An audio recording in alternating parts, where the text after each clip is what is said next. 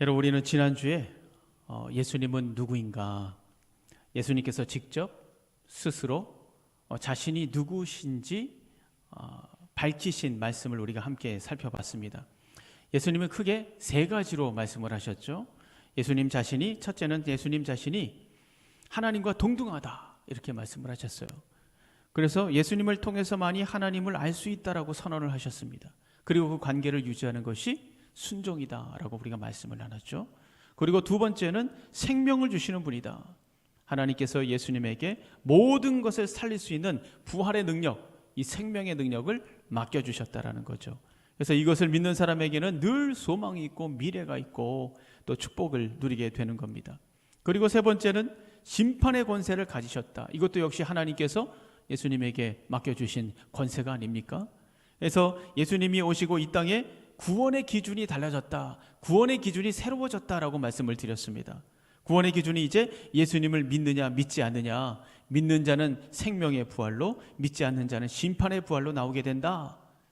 이렇게 예수님은 자신이 누구신지, 어떤 능력과 어떤 권세를 가지고 있는지 세상 앞에 완전히 다 드러내셨어요. 내가 누구인지, 나는 이런 존재이다, 내가 바로 하나님이다 라고 명확하게 제시를 하셨습니다.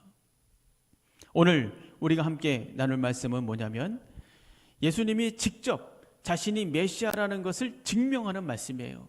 그러니까 지난주에는 나는 누구인가에 대해서 말씀하셨다면, 오늘은 내가 바로 메시아다, 이것을 증명하는 것입니다.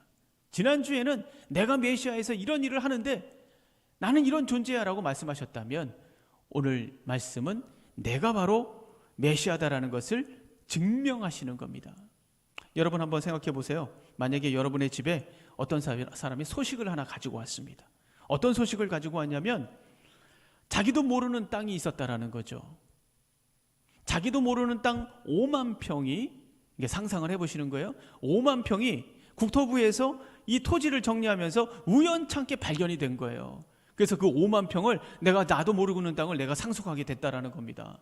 여러분 상상만 해도 얼마나 기쁩니까? 예? 좋으시죠? 예? 좋으시죠? 아마 마스크 때문에 안 보이지만 아마 속에서는 이렇게 웃고 계실 거예요, 분명히. 예? 상상만 해도 우리가 기쁘지 않습니까? 그런데 그 소식을 전달하는 사람이 국토부에서 나온 사람이 아니라 정체를 알 수 없는 사람이라면 그 소식은 무의미한 거죠. 그렇지 않습니까? 그래서 국토부에 물어봅니다. 전화를 해가지고 물어봅니다. 그런 일이 있습니까? 그런 일이 없다는 거예요. 또 그런 사람도 없다는 겁니다. 이걸 다 알게 됐어요. 그럼 여러분, 우리는 어떻게 생각하겠어요? 그 방문한 사람이 어떤 사람이라고 생각하겠습니까? 정신병자라고 생각해요. 정신병자. 그러나 그 사람이 정말 국토부에서 나온 사람이라면 이건 얘기가 달라지는 거예요. 그렇지 않습니까? 중요한 건 뭡니까? 우리 집을 방문한 그 사람이 국토부에서 나온 사람인지 아니면 지나가는 정신병자인지, 이것을 구분할 수 있는 증거와 증인이 있어야 돼요. 그게 중요한 것이죠. 마찬가지입니다. 예수님께서는 우리에게 자신이 메시아라는 것을 증명하기 위해서 증인을 세우시고 증거를 제시한단 말이죠. 예수님은 혼자 밑도 끝도 오셔가지고 내가 메시아다 라고 말씀하신 분이 아니에요. 아니, 그걸 누가 믿겠습니까? 자기가 혼자 와가지고 내가 메시아야, 나를 믿어, 자기가 혼자 막 그러고 있는데 누가 그걸 믿겠습니까? 예수님께서도 말씀하셨어요. 31절을 보세요. 31절 보면 뭐라고 얘기합니까? 내가 만일 나를 위하여 증언하면 내 증언은 참되지 아니하되 라고 얘기하고 있습니다. 아니, 자기가 내가 메시아다 라고 증언한다면 그걸 받아들일 사람이 누가 있겠습니까? 여기서 이광진 목사가 제가 메시아입니다 그러면 누가 받아들이겠어요? 아무 증거도 증인도 없는데. 예수님이 지금 그 말씀을 하시는 거예요. 그래서 예수님은 자신이 하나님의 아들이고 이 인류를 구원할 메시아라는 사실을 증명할 수 있는 객관적인 증거들, 이 객관적인 증거들을 오늘 본문에서 말씀해 주시고 있는 겁니다. 세 가지를 말씀해 주시고 있어요. 자, 첫 번째 38절입니다. 여기에서 먼저 말씀하시는 것이 뭐냐? 세례 요한을 말합니다. 세례 요한. 우리 33절 다 같이 한번 읽어보겠습니다. 33절 시작. 너희가 요한에게 사람을 보내매 요한이 진리에 대하여 증언하였느니라. 여러분, 유대 종교 지도자들, 이 사람들이 세례요한에게 조사단을 파견하지 않았습니까? 그때 세례요한은 이렇게 얘기했습니다. 넌 도대체 누구냐라고 얘기했을 때 세례요한은 뭐라고 얘기했냐면, 나는 그리스도가 아니다. 나는 그분의 신발끈을 풀기도 감당하지 못한다. 이렇게 얘기했어요. 또 많은 무리들에게 뭐라고 얘기했냐면, 보라, 세상 죄를 지고 가는 하나님의 어린 양이로다 라고 예수님을 향해서 가르쳐서 말했습니다. 그리고 또 이렇게 얘기했습니다. 그는 흥하여야 하겠고 나는 쇠하여야 하리라 라고 얘기했습니다. 또 자신들의 제자들에게 뭐라고 얘기했습니까? 너희들은 나의 제자가 되지 말고 저분의 제자가 되어라 라고 말했습니다. 그리고 세례요한의 사역을 가장 뚜렷하게 보여주는 부분이 어디냐면 요한복음 1장 29절부터 34절이에요. 여기서 세례요한이 뭐라고 얘기했습니까? 이렇게 얘기합니다. 나는 성령이 비둘기같이 그 위에 머무는 것을 봤다. 나는 물로 세례를 주지만 성령으로 세례를 주시는 분이 온다고 말씀해 주셨는데 내가 지금 그분을 보고 있다 라고 얘기했습니다. 바로 이분이 하나님의 아들이시다. 그래서 요한복음 1장 34절에 뭐라고 얘기합니까? 이 세례요한이 내가 보고 그가 하나님의 아들이심을 증언하였노라 라고 이야기합니다. 아주 결정적인 증거죠. 그러니까 이 세례요한은요, 어떤 추측이나 짐작 가지고 증언한 게 아니에요. 봤기 때문에, 경험했기 때문에 증언하고 있는 것입니다. 여러분, 당시에 거의 모든 사람들이 이 세례요한을 최고의 선지자로 알고 있었어요. 그렇게 인정을 하고 있었습니다. 그러니까 그 조사단까지 파견을 하죠. 한때는 이 세례요한을 메시아로 알고 있었습니다. 이 사람이 메시아다, 한때는. 그런데 그 최고의 선지자가 예수님은 하나님의 아들이다, 이 사람이 바로 메시아다 라고 말을 했을 때 여러분, 그게 얼마나 충격적인 이야기였겠습니까? 충격 그 자체죠. 그런데 이 세례요한이 또 그렇게 말했기 때문에 이걸 부정할 수도 없고 인정할 수도 없고 이러지도 못하고 저러지도 못하고 그런 상황이었어요. 그러나 예수님께서는요, 이 세례요한의 증언에 큰 의미를 두지 않는다라고 얘기합니다. 오늘 말씀을 보면 왜 세례요한을 언급하시는가? 그건 다른 게 아니에요. 너희의 구원을 위한 것이다 라고 말씀하고 있어요. 왜냐하면 사람들이 한때 이 세례요한을 선지자로 메시아로 믿었기 때문이죠. 그래서 34절 35절을 보세요. 그러나 나는 사람에게서 증언을 취하지 아니하노라. 다만 이 말을 하는 것은 너희로 구원을 받게 하려 함이니라. 요한은 켜서 비추이는 등불이라. 너희가 한때 그 빛에 즐거이 있기를 원하였거니와 라고 이야기하고 있어요. 그러니까 예수님은 세례요한을 등불로 지금 비유하고 있지 않습니까? 빛이 있었기 때문에 예수님을 알아볼 수 있었고 그 빛 때문에 예수님이 하나님의 아들이라는 것을 볼 수 있었다라는 거, 보여주는 역할, 그것을 바로 세례요한이 했다라고 예수님께서 지금 말씀하시고 있는 것입니다. 자, 이제 예수님은 세례요한보다 더 확실한 증거가 있다라고 말씀하고 있어요. 두 번째 증거입니다. 두 번째로 제시한 것은 뭐냐면 36절에서 말씀하시고 있어요. 우리 36절 다 같이 한번 큰 소리로 읽겠습니다. 시작. 요한의 증거보다 더 큰 증거가 있으니 아버지께서 내게 주사 이루게 하시는 역사, 곧 내가 하는 그 역사가 아버지께서 나를 보내신 것을 나를 위하여 증언하는 것이요. 여기서 말하는 역사라는 건 뭡니까? 예수님께서 일으키신 기적과 이적을 얘기하는 겁니다. 예수님은 병을 고치셨습니다. 귀신을 내쫓으셨습니다. 바다를 잠잠히 하게 하시고 또 죽은 자를 살려내셨고 오병이어의 기적을 일으키지 않았습니까? 사람들은 그 기적을 보고 깜짝 놀랐습니다. 있을 수 없는 일이지 않습니까? 너무너무 놀랐어요.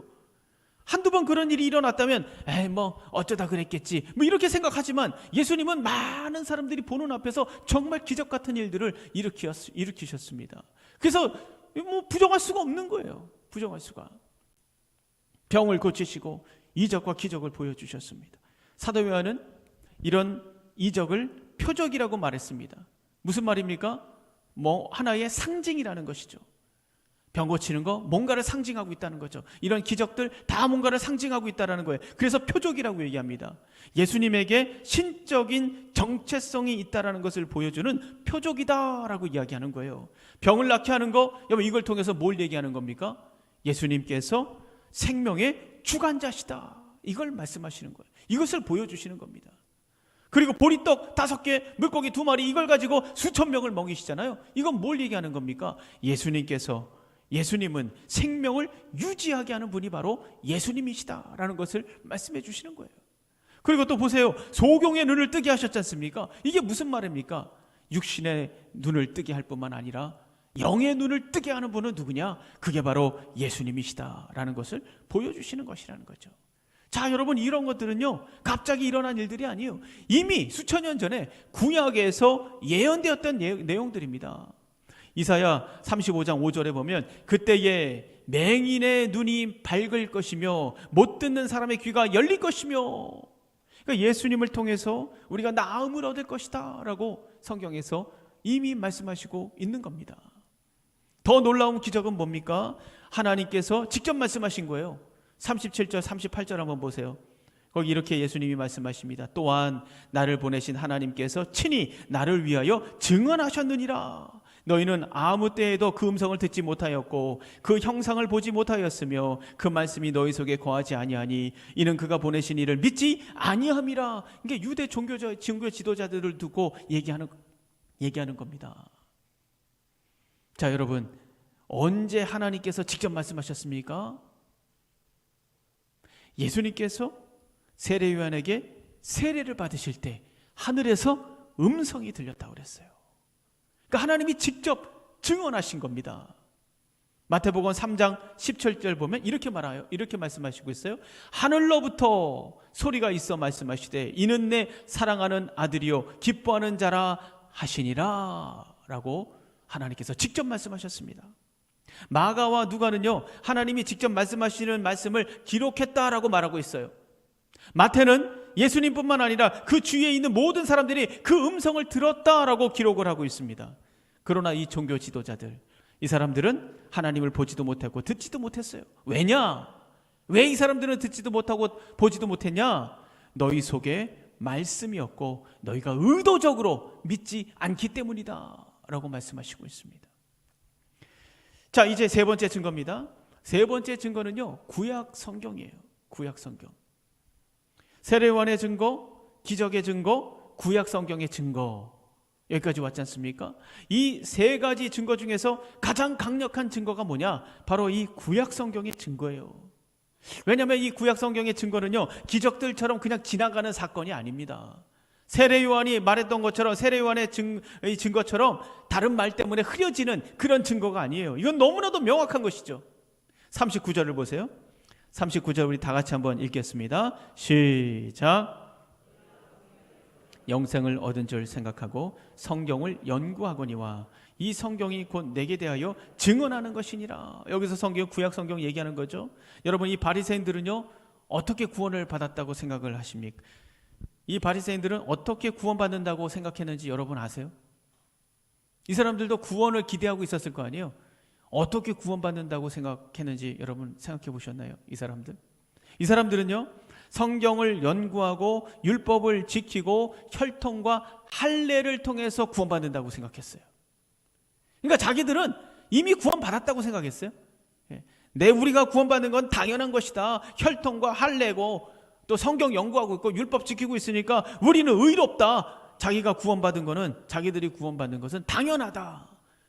이렇게 생각을 하고 있었습니다. 그래서 성경을 열심히 연구하고 율법을 지키고 애를 많이 썼죠.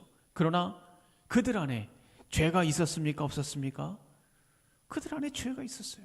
종교적인 위선이 있었습니다. 기만이 있었습니다. 거짓과 외식이 그 안에 가득 차 있었어요. 그럼에도 불구하고 그들은 성경을 연구하고 있고 율법을 지키고 있으니까 자기들은 의인이다라고 생각을 하고 있었어요. 예수님이 말씀하신 게 뭡니까? 스스로 의인이라고 생각하는 사람들은 예수 그리스도가 필요 없다. 예수님은 죄인을 위해서 오신 것이지 의인을 위해서 오신 것이 아니다라고 말하고 있습니다.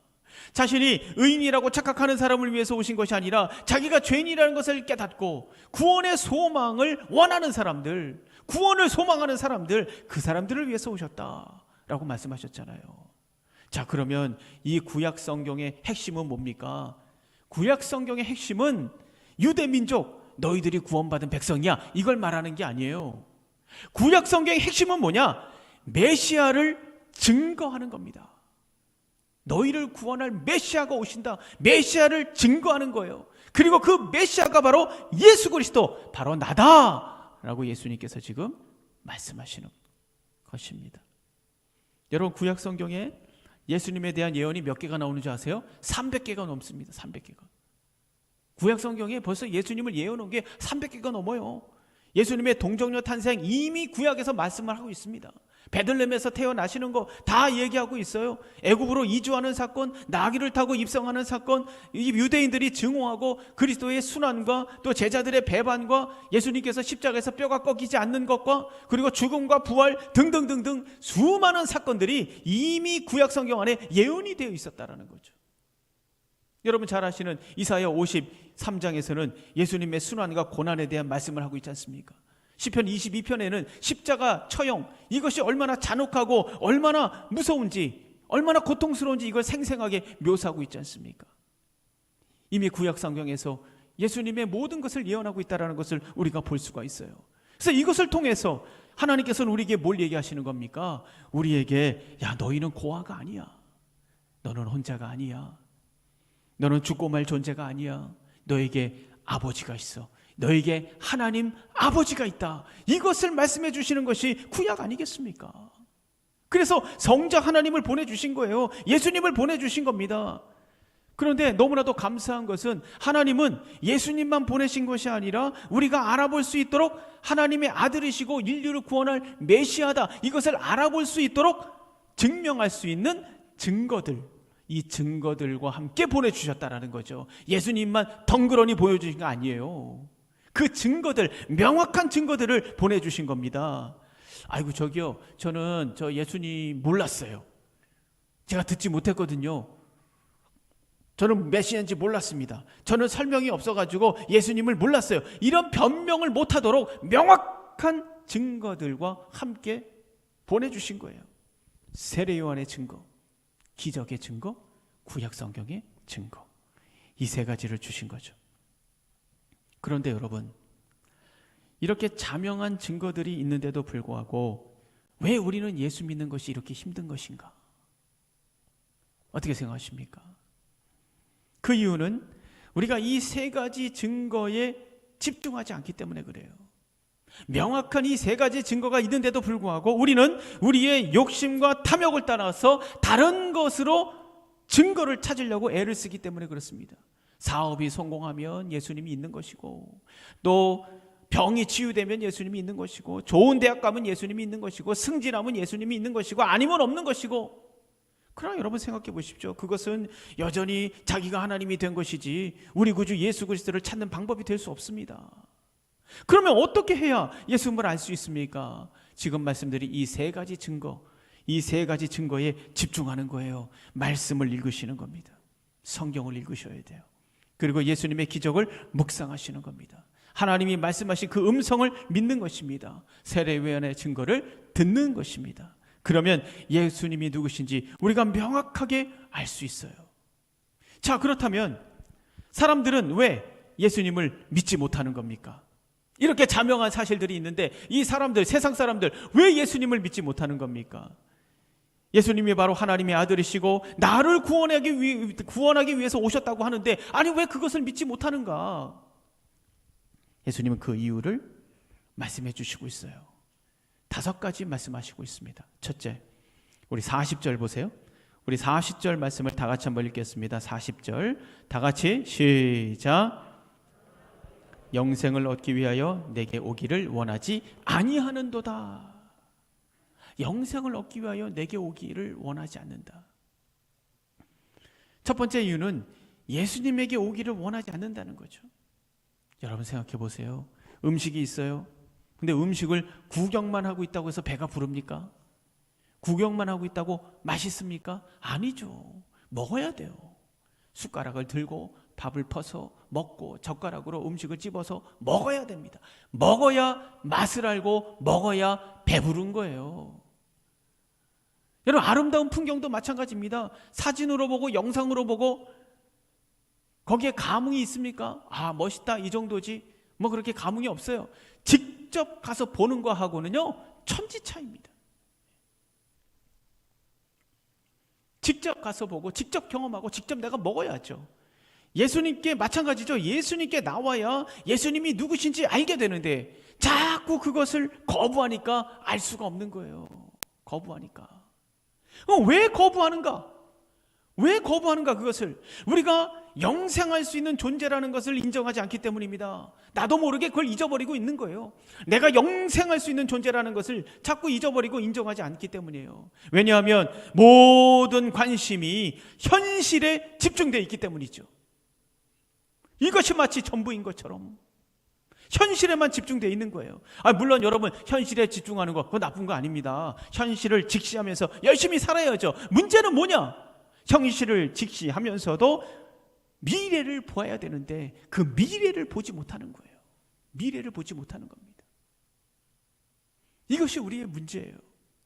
우리가 인생을 바라볼 때 넓은 시야를 가지고 인생을 바라볼 수 있어야 돼요. 가까운 것을 보기도 하지만 먼 것을 우리가 볼 수 있어야 됩니다. 현실을 보면서도 먼 미래를 볼 줄 알아야죠. 그래야 자신의 인생을 통찰력 있게 이해할 수 있습니다. 근시안적인 시야를 가지고 있으면 자기 인생을 통찰력 있게 이해하지 못해요. 통찰력 있게 이해할 수 있어야 그러면 나에게 있는 이 고난도 새롭게 바라볼 수 있어요. 나에게 있는 이 역경 새롭게 바라볼 수 있습니다. 억울한 일 다르게 해석할 수 있습니다. 나에게 있는 이 아픔과 상처 이걸 가지고 미래의 기쁨을 만들어갈 수 있는 그 힘을 가질 수가 있습니다. 왜? 인생 전체를 바라보는 통찰력이 있기 때문에. 이게 다가 아니지. 놀라운 미래가 있어. 확신해. 이런 통찰력을 갖고 있기 때문에 제자리에 머무르지 않고 그 순간 때문에 무너지지 않을 수 있는 이런 통찰력을 갖게 됩니다. 그래서 현실도 중요하지만 멀리 보는 것이 굉장히 중요해요. 멀리 보는 것이. 그런데 우리가 멀리 볼 수 있습니까? 이런 멀리 보면 얼마나 멀리 볼 수 있습니까? 멀리 못 봅니다. 그냥 지금 터져버린 문제, 지금 이 문제, 이게 전부인 것처럼 바둥바둥 살지 않습니까? 그러나 우리의 눈을 멀리 볼 수 있도록 열어주는 것이 있어요. 그게 뭐냐? 그것이 바로 영생의 소망인 줄로 믿습니다. 그걸 말씀하시는 거예요. 영생의 소망. 영원한 삶을 소망하는 사람은 현실을 보기도 하지만 더 멀리 본다라는 거죠. 더 멀리. 그래서 인생을 깊이 있게 이해하고 통찰할 수 있습니다. 지금 자기를 괴롭히는 고난과 역경과 억울함과 이 외로움과 수치와 아픔과 상처 건강하게 이해할 수 있어요. 건강하게 받아들이고 수용하고 그것을 처리할 수 있는 그런 능력이 있습니다. 그래서 영생의 소망이 우리에게 지금도 중요한 거예요. 영생이라는 건 죽어서 중요한 게 아닙니다. 지금 당장 우리에게 너무나도 중요한 것이 바로 이 영생이에요. 그래야 우리의 인생을 통찰력 있게 바라볼 수 있기 때문입니다. 이 영생을 주시는 분이 누구십니까? 주 예수 그리스도시라는 거죠. 그런데 너희들이 그 영생을 얻기 위해서 나에게 나오지 않는다는 거예요. 구경만 하고 있다는 거죠. 사랑하는 성도 여러분, 아직까지도 구경만 하시고 계신 분이 있습니까? 바라기는 예수님께 나가시기 바랍니다. 주님께서 주시는 영생의 소망을 가지고 깊이 있고 가치 있고 의미 있고 소망 있는 살아있는 삶을 살아가 나가시기를 주님의 이름으로 축원합니다. 자, 두 번째 42절입니다. 우리 다시 42절 다 같이 읽겠습니다. 시작. 왜 사람들이 예수를 믿지 않는가? 두 번째는 하나님을 사랑하는 것이 너희 속에 없다는 거죠. 여러분, 우리가 누군가 사랑하게 되면 자기의 필요를 잊어버립니다. 자기의 필요보다는 상대방의 필요에 집중하게 되죠. 여러분, 할아버지 할머니들 보세요. 그 무뚝뚝한 할아버지도요, 손자 손녀가 오잖아요, 그냥 무장해제가 돼버립니다. 어떻게 할 줄을 모르세요. 어떻게 할 줄을 모르. 여러 번 봤어요, 저 그런 거. 야, 저분이 저런 면도 있네, 막 어쩔 줄을 몰라. 저희 아버지도요, 우리 아들이 어렸을 때 자전거를 잊어버렸어요. 자전거를 누가 훔쳐갔어요. 얼마나 마음이 속상하든지. 그래서 어떻게 하다가 아버지한테 그 얘기를 했어요. 아버지, 이 자전거를 누가 훔쳐갔네, 막 이런 얘기를 했어요. 그 다음날 자전거를 사갖고 오셨어요. 그 다음날. 야, 우리 아버지가 이런 분이신가? 이렇게 사랑이 많으신가? 저 깜짝 놀랐단 말이죠. 깜짝 놀랐습니다. 여러분, 사랑하게 되면 자기의 형편, 자기의 상황, 환경 다 잊어버립니다. 내가 사랑하는 상대방이 지금 무엇이 필요한지, 어디가 불편한지, 무엇을 원하는지 상대방의 필요에 집중하게 돼 있어요. 그게 바로 사랑 아닙니까? 이게 자연스러운 거죠. 여러분, 우리는 하나님이 필요합니다. 그래서 하나님에게 매달리잖아요. 이렇게 해주세요, 저렇게 해주세요, 살려주세요, 치유해주세요, 고쳐주세요, 열어주세요, 풀어주세요. 그러니까 필요한 것이 있으면 그냥 하나님께 득달같이 가가지고 기도하지 않습니까? 예, 맞습니다. 그렇게 해야죠. 이렇게 우리는 하나님이 필요합니다. 그러나 우리는 과연 하나님을 사랑하고 있는가? 하나님이 필요한 건 맞는데 나는 지금 하나님을 사랑하고 있는가? 하나님의 필요는 무엇인가? 하나님이 원하시는 것은 무엇일까? 하나님의 뜻은 무엇일까? 하나님의 마음은 도대체 무엇일까? 우리가 하나님을 사랑한다면 우리가 어디에 더 관심이 많아야 되겠습니까? 내 거에 관심이 많아야 되겠습니까? 내가 하나님을 사랑한다면 하나님의 것에 더 관심이 많아야죠. 하나님 마음이 무엇인지, 하나님의 생각이 무엇인지, 하나님이 나에게 뭘 원하시는지. 이 세상을 악하게 만드는 게 뭡니까? 아주 강팍하게 만들고 냉랭하게 만들어가는 게 지금 뭡니까? 다른 거 아니에요. 자기중심적인 태도죠. 자기중심적인 태도. 이런 사람들 말합니다. 아주 풍요로워지고 아주 넉넉해지면 사람들이 더 많이 나눠주고 더 헌신하고 더 함께하고 더 여유가 많을 것 같다라고 생각하지 않습니까? 그렇잖아요. 뭐가 더 좀 많아지면 더 많이 나눠줄 것 같이 그렇게 생각하잖아요. 그런데 여러분, 현실을 보십시오. 옛날보다 지금 넉넉해지고 풍요로워졌지만 따뜻해졌습니까? 더 나눠줍니까? 더 헌신합니까? 더 희생합니까? 현실은 그렇지 않아요. 전보다 우리가 더 풍요로워지고 넉넉했지만 더 강팍해졌습니다. 더 이기적입니다. 희생, 헌신 점점 사라지고 있어요. 나누지 않습니다. 함께 하려고 하지도 않습니다. 더 풍요로워졌는데, 더 넉넉해졌는데 왜요? 왜 이런 일이 일어납니까? 풍요해질수록 자기가 그 풍요의 주인이 돼버린 거예요. 그 풍요의 주인이 돼버린 거예요.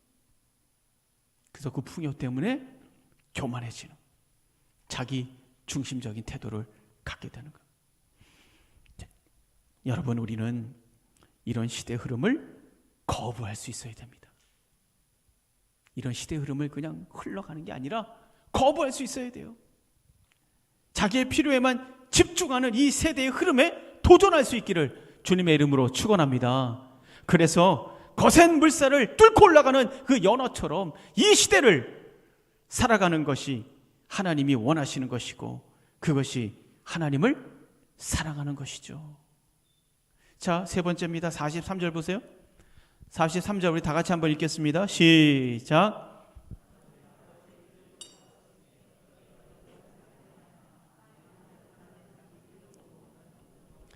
이게 무슨 말씀입니까? 만약에 너희 입맛에 맞는 사람이 왔다면 아마도 너희가 영접했을걸, 이 말이에요. 너희 입맛에 맞는 사람이 왔으면.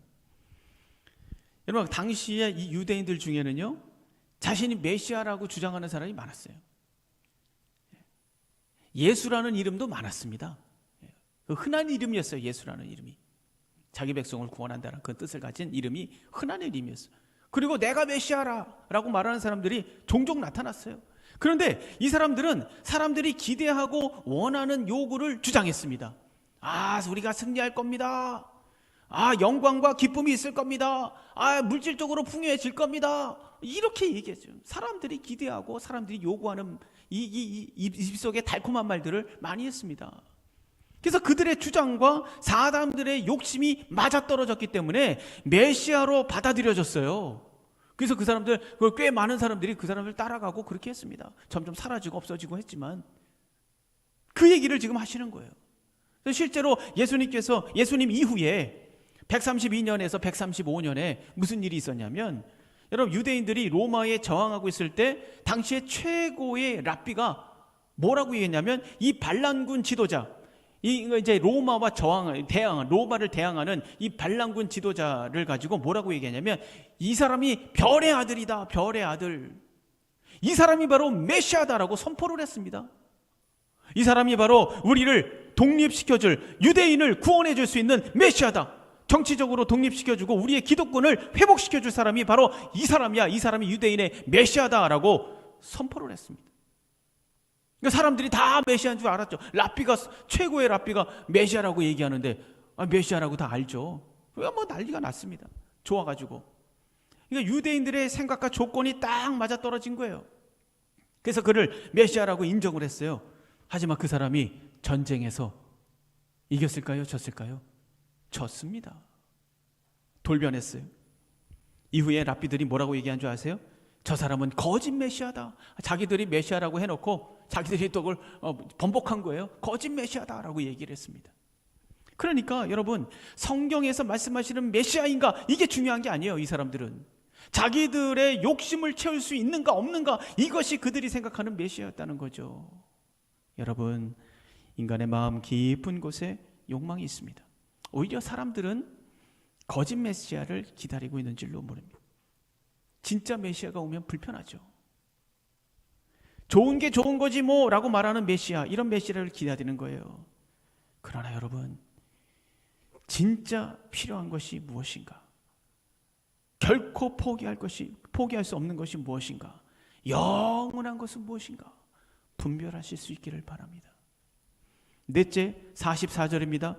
우리 44절 다 같이 읽겠습니다. 시작.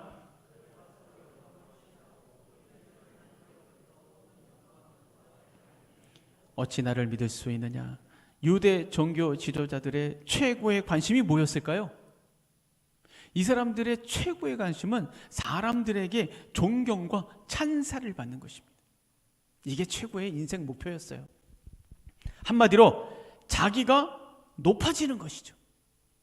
자기를 높이는 것이 이 사람들의 최고의 관심이에요. 그러니까 온통 자기를 높이는데 정신이 팔려있는 사람들이 어떻게 너희들이 나를 알아볼 수 있겠냐는 거예요. 자기 높이는 거에 혈안이 돼 있고 그것을 최고의 가치를 치고 있는 너희들이 어떻게 나를 알아볼 수 있겠느냐. 여러분, 사람들 사이에서 왜 그렇게 많은 갈등이 일어납니까? 수많은 이유가 있는 것 같지만 이유는 간단합니다. 자기 영광을 구하기 때문이에요. 여러분, 내가 열심히 봉사하고 헌신하고 마음을 다해서 충성하고 봉사했는데 왜 갑자기 섭섭한 마음이 들어옵니까? 자기 영광을 구하기 때문입니다. 조금만 성공하면 뭐 대단한 것처럼 난리를 치고 또 조금만 안 좋아지면은 뭐 낙심하고 땅이 꺼지도록 한숨을 쉬고, 왜 그렇습니까? 자기 영광을 구하기 때문에. 여러분, 예수님이 뭐라고 말씀하셨는지 아세요? 이런 분들에게 이렇게 얘기했습니다. 누가복음 17장 10절 이렇게 얘기했어요. 이와 같이 너희도 명령받은 것을 다 행한 후에 이르기를 우리는 무익한 종이라. 무익한 종이라. 우리가 하여야 할 일을 한 것뿐이라 할지니라 라고 말씀하고 있습니다. 그러니까 사명을 다 감당하고 우리가 할 말은 뭐냐? 우리는 무익한 종입니다. 그냥 해야 할 일을 한 것뿐입니다. 이렇게 얘기하라는 거예요. 왜 이렇게 명령하셨을까요? 왜 이렇게 말하라고 하셨을까요? 다른 거 아니죠. 하나님이 우리의 주인이시기 때문에 그래요. 내가 높여야 될 것은 내가 아니라 내가 높여야 될 것은 나의 왕, 나의 주, 나의 하나님, 여호와 하나님이신 줄로 믿습니다. 나에게 일할 수 있는 자리를 허락하신 것도 하나님이시오. 건강을 허락한 것도 하나님이시오. 돈과 물질과 여유를 주신 것도 하나님이시오. 나의 생명을 주신 것도 하나님이시오. 오늘 내 가슴이 심장이 뛰게 하신 분도 하나님이십니다. 저는 무익한 종입니다. 오로지 하나님만 나의 주인이시고 왕이십니다. 영광받아 주시옵소서. 그래서 이 세상에서 가장 추한 모습, 가장 불행한 모습 뭔지 아십니까? 스스로 자기를 높이는 거예요. 스스로 영광을 취하는 겁니다. 대우받고 싶어가지고 안달이 난 사람들 여러분 한번 보세요. 얼마나 추합니까? 얼마나 추해요. 그것이 문제를 만들고 갈등을 만들고 상처를 만드는 거예요.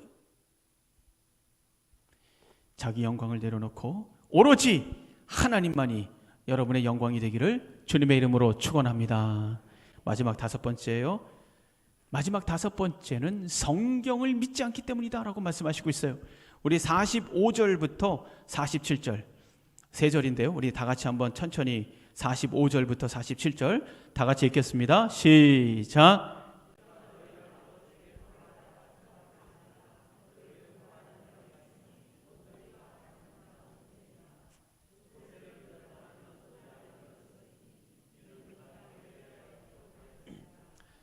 그러나 그의 길도 믿지 아니하거든 어찌 내 말을 믿겠느냐 하시니라.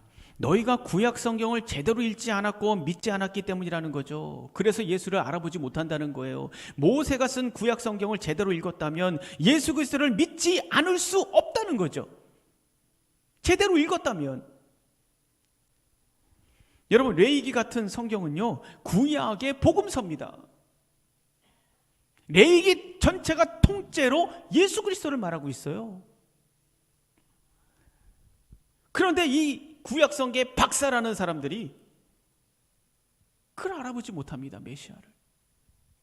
메시아에 대한 소망으로 가득 찬 성경 아닙니까? 그리고 아까도 말씀드렸지만 이 구약 전체에 예수님에 대한 예언이 300개가 넘습니다. 그러니까 의도적으로, 욕심에 의해서 의도적으로 믿지 않으려고 몸부림치지 않는 이상 믿지 않을 수 없다는 거죠. 그걸 말씀하시는 거예요. 자, 여러분, 이제 어떻게 하면 예수님이 하나님의 아들이고 나의 구주주신 것을 알 수 있는가? 지금 5가지를 말씀했는데 이 5가지를 뒤집어 보면 알 수가 있습니다. 첫째, 영생의 소망을 가지고 예수님께 나가는 거예요. 우리는 영원히 살도록 만들어진 존재입니다. 둘째, 나의 필요 때문이 아니라 하나님의 뜻과 섭리에 집중하는 것입니다. 셋째, 내 욕심을 채우는 거짓 메시아가 아니라 참 메시아를 기다려야 돼요. 넷째, 인간의 영광이 아니라 하나님의 영광을 구하는 것입니다. 마지막 5번째, 자기 생각으로 추측하는 것이 아니라 성경 말씀을 읽고 말씀을 내 속에 집어넣는 것이죠. 이 5가지를 따라가면 예수님이 하나님의 아들이라는 것을 인정할 수밖에 없는 거예요. 그리고 말씀의 뿌리를 내리면서 든든한 믿음을 갖게 되고, 그러면 그 어떤 시련과 공격과 아픔 속에서도 흔들리지 않는 믿음을 가질 수 있는 겁니다. 이런 든든한 믿음으로 건강하고 복된 삶을 만들어가는 여러분과 제가 되기를 주님의 이름으로 축원합니다.